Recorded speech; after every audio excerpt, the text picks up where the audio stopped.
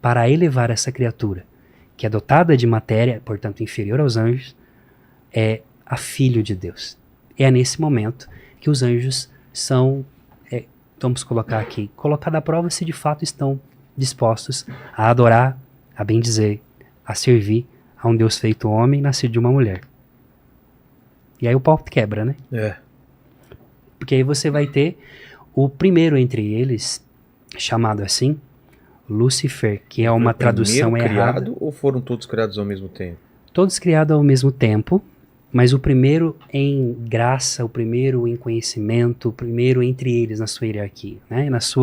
Ele era o esplendor da glória de Deus.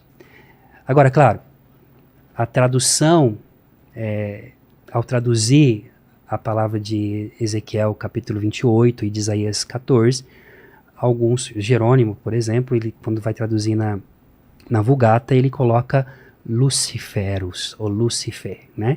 Porque esse ser angelical, ele era cheio da luz, ele era o reflexo da glória de Deus. Não era a luz verdadeira é o Cristo, mas ele era o reflexo da glória de Deus, do próprio Cristo. Então, ele como o primeiro entre os anjos, ele então vai liderar uma grande batalha, e aí depois a gente pode falar sobre essa batalha quando a gente for falar dos demônios, essa batalha intelectual. Nós temos essa ideia de guerra mesmo, mano a mano, mas os anjos, os seres espirituais não possuem matéria como nós. Então como que foi essa guerra? Essa guerra foi na vontade, ela foi no intelecto, foi no espírito, um modo diferente de batalhar, muito mais profundo do que você sair na mão com uma pessoa. Por exemplo, vamos colocar um exemplo claro aqui. Às vezes a gente faz, né? Desculpa aqui, a gente faz algumas cagadas de às vezes estar meio nervoso e fala umas merda pra nossa esposa, né? A mulher já olha pra você assim e fala assim, puxa, a gente já fez, aqui agora, depois que eu volto atrás.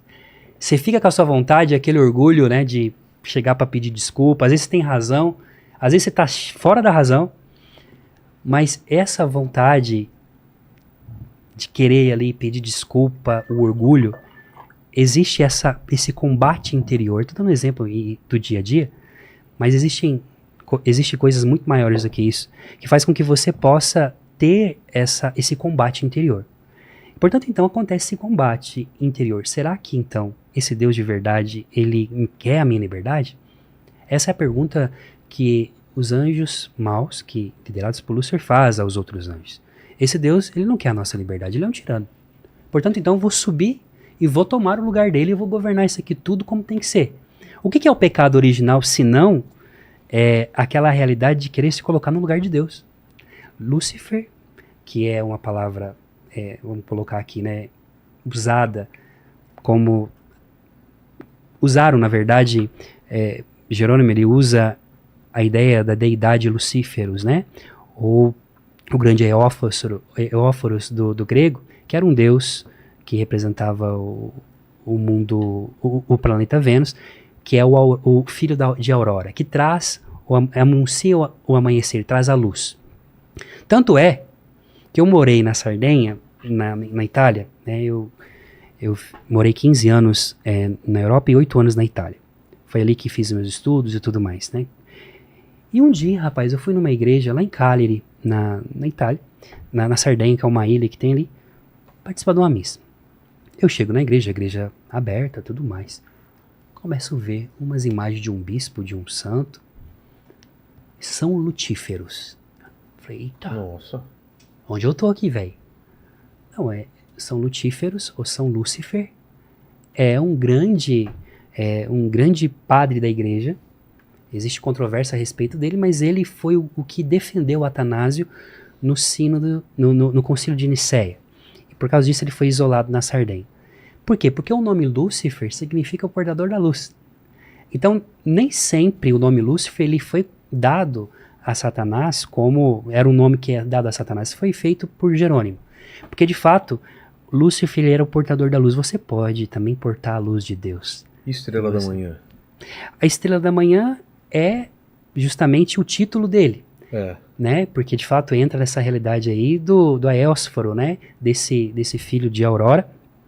E que depois a ideia de que ele traz essa luz, mas o próprio apóstolo Paulo ele fala sobre o inimigo, ele vai dizer para nós que o inimigo de Deus ele se manifesta em forma de anjo de luz.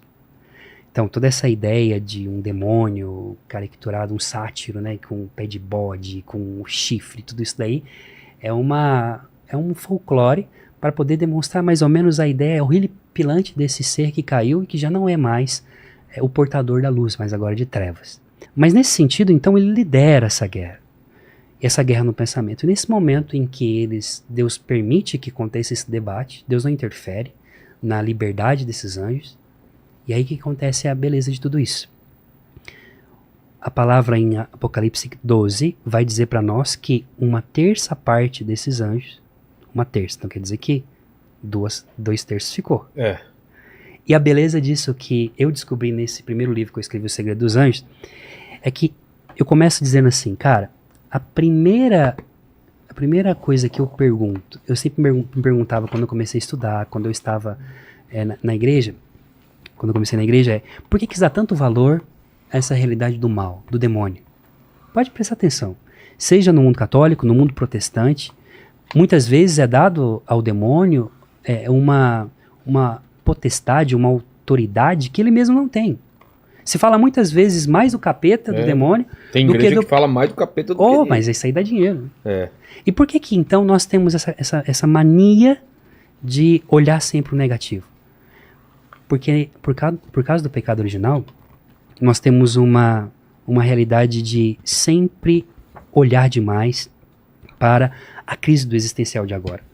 Victor Frankl, ele tinha uma definição a respeito sobre crise. Ele dizia o seguinte, o que é uma crise?